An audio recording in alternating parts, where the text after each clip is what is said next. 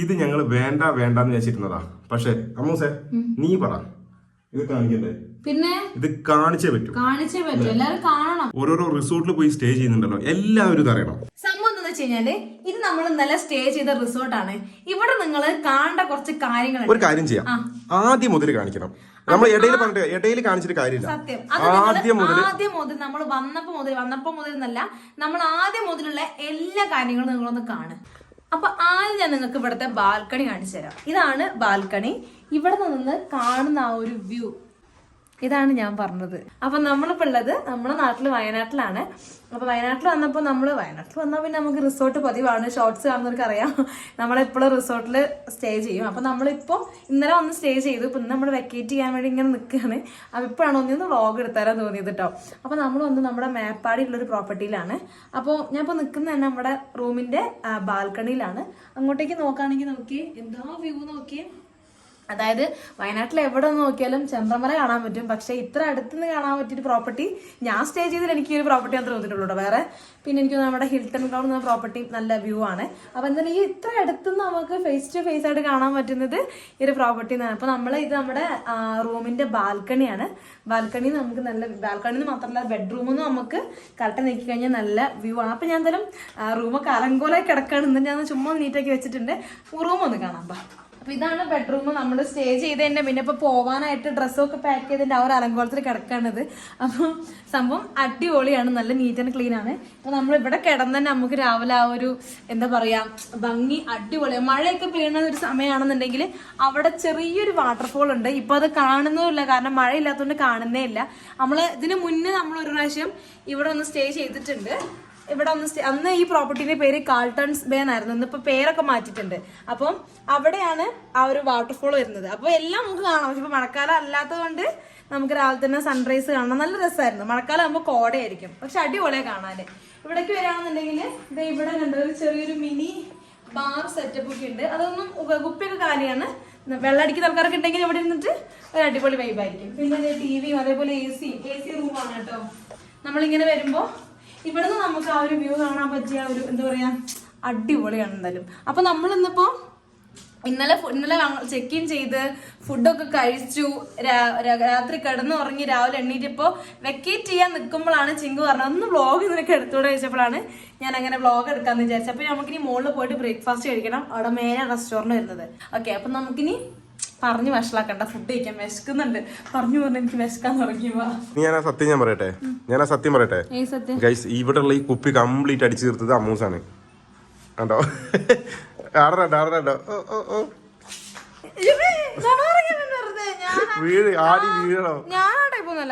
Beer കുടിക്കും. അത് എന്റെ കൂടെ കെട്ടിയാലുണ്ടാവും. തനിയോ ഫുഡ് കഴിക്കാൻ പോവാ. നമ്മൾ മേലേക്ക് വരികയാണെങ്കിലും ഇത് നമുക്കൊരു ഫുഡ് കഴിക്കാനുള്ള സെറ്റപ്പ് ഒക്കെയാണ് കേട്ടോ. ഇവിടെ നിന്നിട്ട് നമുക്ക് നേരെ ആ വ്യൂ ഒക്കെ കാണാൻ പറ്റും. അടിപൊളിയാണ്. താഴന്ന് ഇച്ചിരി കൂടെ ഹൈറ്റിൽ നിൽക്കുമ്പോൾ വേറൊരു ഭംഗിയുണ്ട്. അപ്പൊ നമ്മളിവിടെ നേരെ നോക്കുമ്പോൾ മലയും അതേപോലെ തന്നെ നമ്മുടെ പ്ലാന്റേഷനും എല്ലാം കാണാം. അടിപൊളിയാ. എവിടെ നിന്നാലും നമ്മൾ കാണുന്നത് ചെമ്പ്രമല. അതാണ് ഏറ്റവും ഭംഗി. ഇന്നലെ രാത്രി ഞങ്ങൾ വന്നപ്പോൾ നമുക്ക് രാത്രി ഉണ്ടായിരുന്നത് ഗീ റൈസും അതേപോലെ തന്നെ ചിക്കൻ കറി ആയിരുന്നു കേട്ടോ. ചിക്കൻ കറി അടിപൊളിയാ. ഞങ്ങളിതിന് മുന്നേ വന്നപ്പോഴും ഈ ചേച്ചൻ്റെ അടുത്ത ഷെഫ് കേട്ടോ. അടിപൊളി എന്ന് പറഞ്ഞാൽ എങ്ങനെ പറയാം, തേങ്ങാസത്തൊക്കെ ഇട്ടിട്ട് അത് കാണിക്കാൻ മറന്നു സത്യം പറഞ്ഞാൽ അടിപൊളിയായിരുന്നു.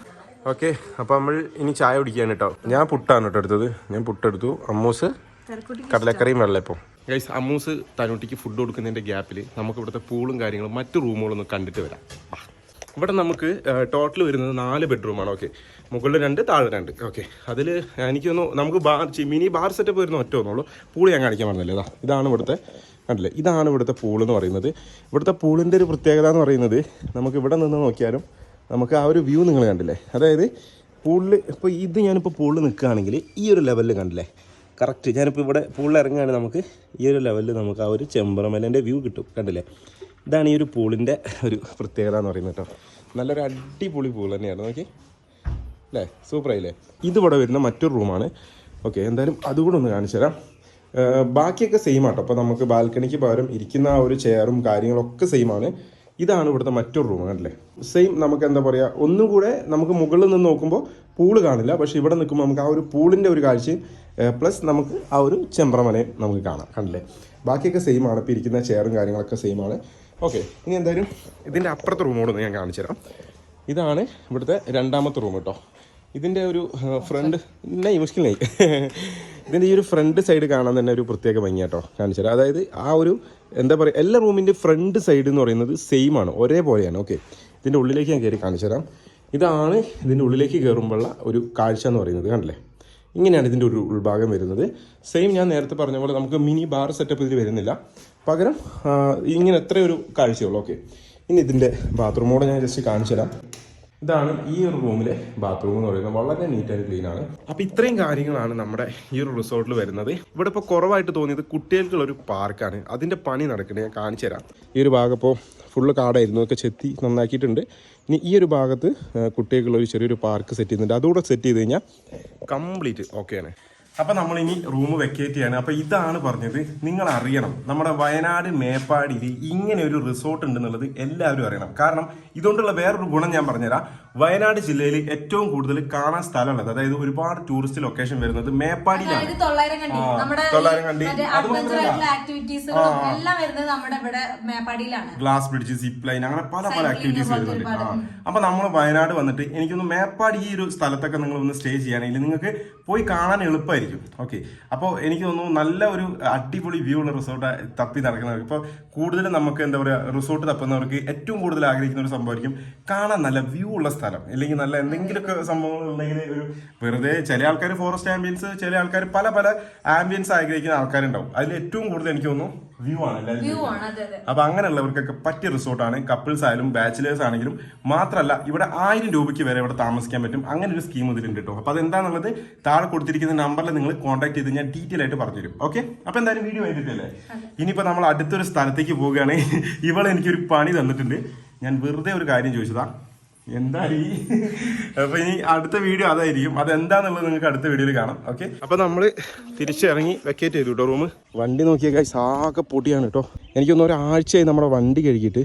നമുക്കിവിടെ എഴുതിയാലോ വയനാടൻ വ്ളോഗർ. ഗൈസ് ഈ സ്വഭാവമുള്ള ആരെങ്കിലും ഉണ്ടോ? ഉണ്ടെങ്കിൽ പറയണം കേട്ടോ. അപ്പൊ അമ്മൂസേ അടുത്ത ട്രിപ്പ് പോവല്ലേ? Okay guys.